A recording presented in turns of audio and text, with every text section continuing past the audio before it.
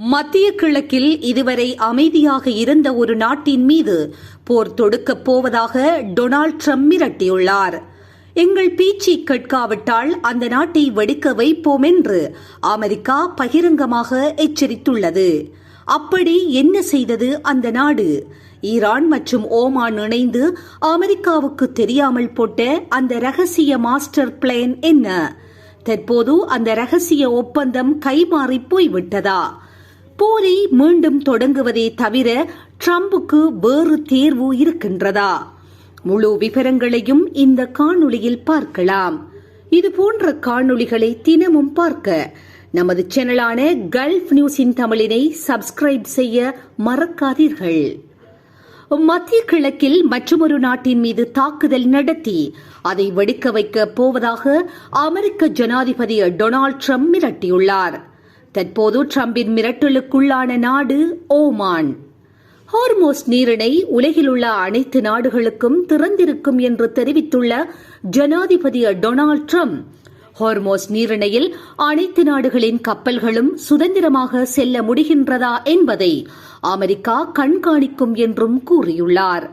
அத்துடன் ஹோர்மோஸ் நீரிணையின் அனைத்து நாடுகளுக்கும் திறந்திருக்கும் என்ற நிபந்தனைகள் ஈரானுடனான பேச்சுவார்த்தையின் ஒரு பகுதி என்றும் அவர் குறிப்பிட்டுள்ளார். மத்திய கிழக்கு பிராந்தியத்தில் அமெரிக்காவுக்கு நீண்ட காலமாக மத்தியஸ்த நாடாக இருக்கும் ஓமானுக்கு எச்சரிக்கை விடுத்துள்ள அவர், ஓமான் மற்ற எல்லோரையும் போல நடந்து கொள்ள வேண்டும், இல்லையெனில் ஓமானை நாங்கள் தாக்கி வெடிக்க வைக்க வேண்டி இருக்கும் என்று கூறியுள்ளார். ஒரு முக்கியமான நீர்வழி பாதையான ஹோர்மோஸ் நீரிணையை ஈரான் மற்றும் ஓமான் தற்காலிகமாக கட்டுப்படுத்த அனுமதிக்கும் குறுகிய கால ஒப்பந்தத்தை ஏற்பீர்களா என்ற கேள்வி எழுப்பப்பட்ட போதே ட்ரம்ப் அதை ஏற்க மாட்டேன் என்று கூறியுள்ளார். ஹோர்மோஸ் நீரிணை என்பது சர்வதேச கடற்பகுதி என்பதால் யாரும் அதை கட்டுப்படுத்த முடியாது என்றும் அவர் வலியுறுத்தியுள்ளார். ஈரானிய வெளியுறவு அமைச்சகத்தின் செய்தி தொடர்பாளர் இஸ்மாயில் பக்காய் இந்த வார தொடக்கத்திலே செய்தியாளர்களுடன் பேசிய போது, ஹோர்மோஸ் நீரிணையின் நிர்வாகம் அமெரிக்காவுடன் தொடர்புடையது அல்ல, அது நாங்கள், அதாவது ஈரான் ஓமானுடன் ஒருங்கிணைந்து செயற்பட வேண்டிய நிர்வாகம் என்று தெரிவித்திருந்ததால் அதன்பின் ஹோர்மோஸ் நீரிணையை ஈரானும் ஓமானும் கூட்டாக நிர்வாகம் செய்வது பற்றி இருதரப்பும் பேச்சுவார்த்தை நடத்தியதாக அதிகாரப்பூர்வமற்ற செய்தியொன்று வெளியானது.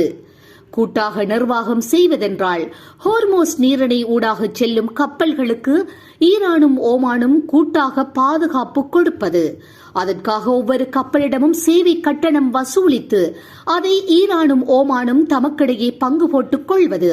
இப்படி உண்மையிலேயே ஒரு பேச்சுவார்த்தை இரு நாடுகளுக்கும் இடையே நடந்ததா?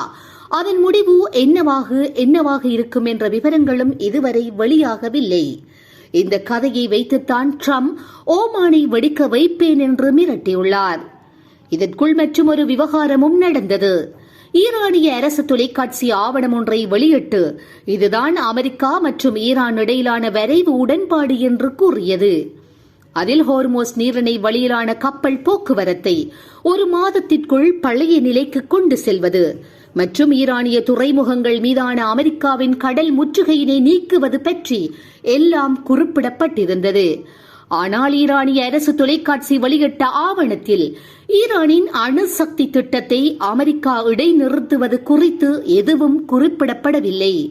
இந்த ஆவணம் முற்றிலுமாக புனைக்கதை என்று வெள்ளை மாளிகை கடுமையாக விமர்சித்துள்ளதுடன் ஈரானிய ஊடகங்கள் வெளியிடுவதை யாரும் நம்ப வேண்டாம் என்று கூறியுள்ளது.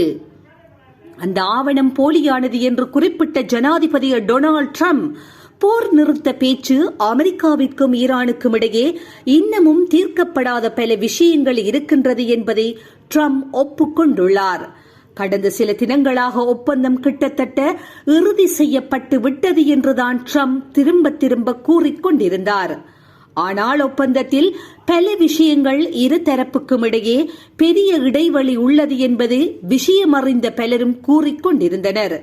ஒரு வழியாக அதை ட்ரம்பும் தற்போது ஒப்புக்கொண்டுள்ளார். நேற்று புதன்கிழமை நடந்த அமெரிக்க அமைச்சரவை கூட்டத்தில் பேசிய ட்ரம்ப், உலகளாவிய எரிசக்தி விநியோகத்தை முடக்கியுள்ள இந்த போரை முடிவுக்கு கொண்டுவர ஈரான் இன்னமும் ஆர்வமாக உள்ளது என்று குறிப்பிட்டார். ஆனால் ஈரானால் கொடுக்கப்பட்ட தற்போதைய நிபந்தனைகள் வாஷிங்டனுக்கு திருப்தி அளிக்கவில்லை என்றும் அவர் தெரிவித்தார்.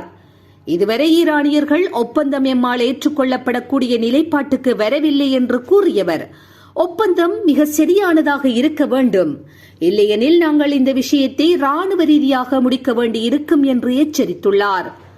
மொத்தத்தில் டிரம்பின் ஒப்பந்த முயற்சியை ஒரு வட்டமடித்துவிட்டு மீண்டும் பழைய இடத்திற்கே வந்துள்ளது. இதை இஸ்ரேலிய பிரதமர் நெதன்யாகு ரசிப்பார் என்று கூறிவிடலாம். ஈரானியர்களுடன் ஒரு ஒப்பந்தம் எல்லாம் சரிவராது, இது ராணுவ ரீதியிலே முடிக்கப்பட வேண்டிய விஷயம் என்றுதான் நெதன்யாகு டிரம்பின் ஒப்பந்த முயற்சி தொடங்கிய முதல் நாளிலிருந்து கூறி வருகின்றார். ஈரானுடன் ஒரு ஒப்பந்தம் செய்து கொள்ளப்பட்ட உடனேயே ஹோர்மோஸ் நீரிணை உடனடியாக திறக்கப்பட வேண்டும் என்பதில் உறுதியாக இருப்பதாக ட்ரம்ப் கூறுகின்றார். இருதரப்பும் ஒரு ஒப்பந்தத்திற்கு அருகில் கூட இல்லை என்றுதான் ராஜதந்திர வட்டாரங்களில் கூறப்படுகின்றது. ஆனால் ட்ரம்பும் அவரது அதிகாரிகளும் தான் இதோ ஒப்பந்தம் அதோ ஒப்பந்தம் என்று கூறிக்கொண்டிருக்கின்றார்கள். அமெரிக்க ராஜாங்கத்துறை செயலாளர் மார்க்கோ ரூபியோ கத்தாரில் நடைபெற்று வரும் பேச்சுவார்த்தைகளில் சில முன்னேற்றங்கள் ஏற்பட்டுள்ளன என்றும் மிக விரைவிலே அடுத்த கட்ட நகர்வுகள் தெரிய வரும் என்றும் தெரிவித்துள்ளார். அத்துடன் அவர் ஈரான் ஒருபோதும் அணு ஆயுதத்தை பெறப்போவதில்லை என்றும், ராஜதந்திரம் தோல்வியடைந்தால் தங்களுக்கு பிற வழிகளும் கைவசம் தயாராக இருக்கின்றது என்றும் அவர் மீண்டும் எச்சரித்துள்ளார். இவர்கள் ஒரே விஷயத்தை தான் வெவ்வேறு வாக்கியங்களில் சொல்லிக் கொண்டிருக்கின்றார்கள். உதாரணமாக மார்க்கோ ரூபியோ குறிப்பிடும் கைவசமுள்ள பிற வலைகளும் ட்ரம்ப் குறிப்பிடும் ராணுவ ரீதியாக முடிக்க வேண்டியிருக்கும் என்பதும் ஒரே விஷயம்தான். அது எளிமையாக சொன்னால் மீண்டும் போர்.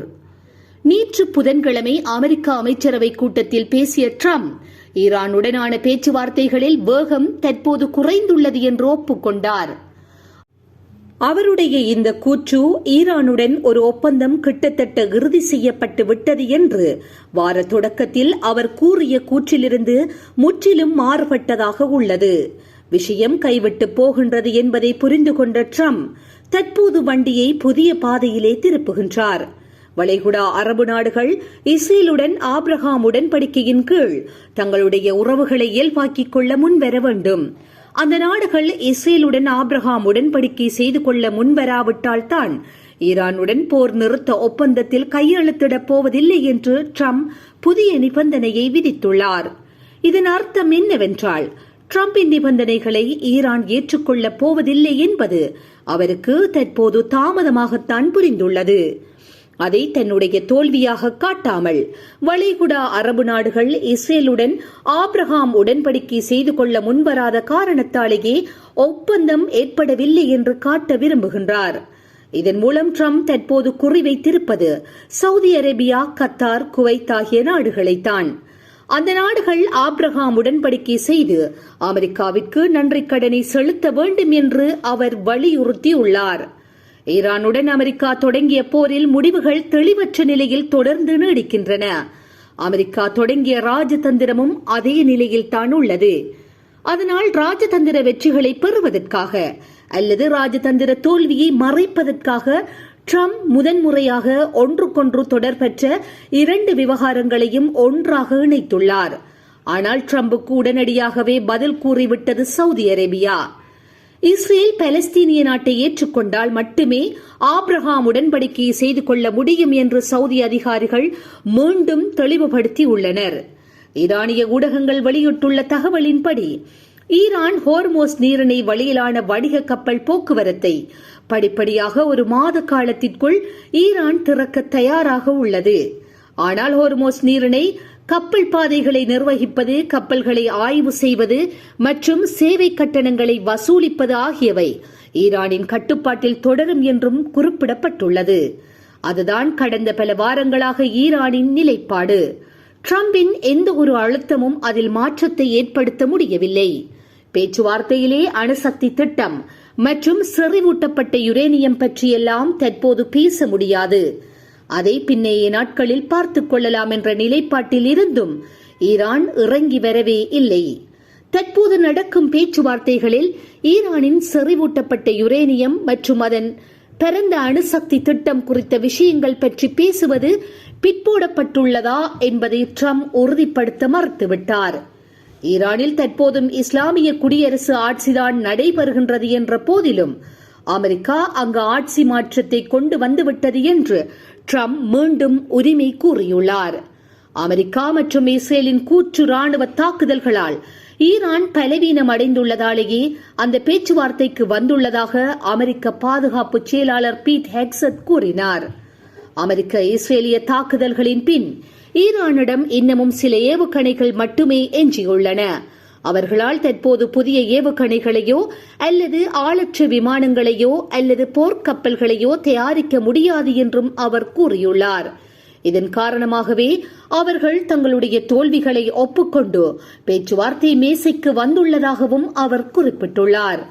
ஆனால் அந்த பேச்சுவார்த்தை மேசையிலே அமெரிக்கா எதிர்பார்ப்பதை ஈரான் கொடுக்க முன்வரவே இல்லை. இதுபோன்ற செய்திகளை உடனுக்குடன் துல்லியமாக நீங்கள் அறிந்து கொள்ள கல்ஃப் நியூஸின் தமிழினை சப்ஸ்கிரைப் செய்வதனூடாக அறிந்து கொள்ள முடியும்.